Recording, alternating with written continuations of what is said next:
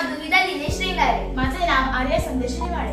आमच्या शाळेचे नाव आहे आदर्श विद्यालय नारंगी। आमच्या नाटकाचं नाव आहे मतदान जनजागृती। ए मम्मी मम्मी चल ना गं मतदानाला। हा जाऊया, माझी कामं आटपते मग मी जाईन। अरे बापरे, अगं मम्मी अजून गेलीच नाही तू, चल ना। अगं जाते ना, तू कशाला एवढी घाई करतेस? आता तर 10 वाजले।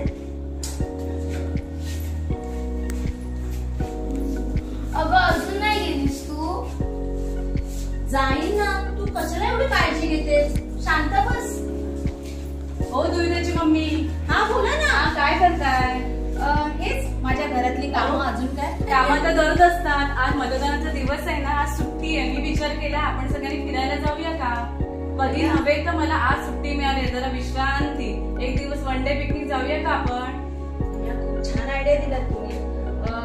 बघू, मी विचार करते आणि तुम्हाला फोन करून सांग। पण चला ना नक्की, कारण काम काम काय तर होणारच। आज कधी नव्हे तर दिवस मिळाला आपल्याला।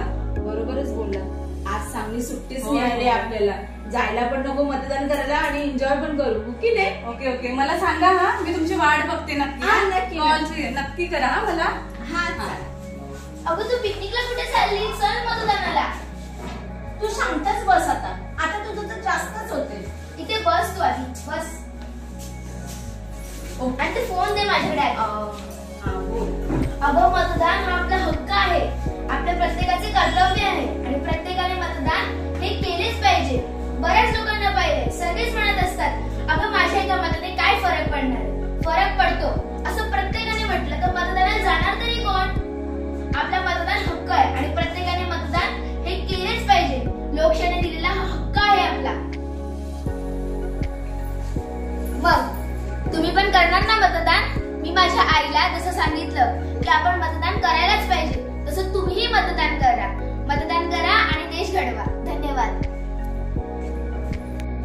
खरंच बरोबर बोललीस, आजचा दिवस हा मतदानासाठीच वापरायला पाहिजे। माझंही चुकलंच, खरंच माफ करा। नाही, आपण नको जाऊया पिकनिकला वगैरे, आपण पुढल्या रविवारी वगैरे ट्राय करू। ओके ठीक आहे, मलाही कळलंय की आजच्या दिवसाचं महत्व तुमच्यामुळे मला समजलंय। मीही मतदानाला येणार। मतदान करा, देश घडवा। धन्यवाद।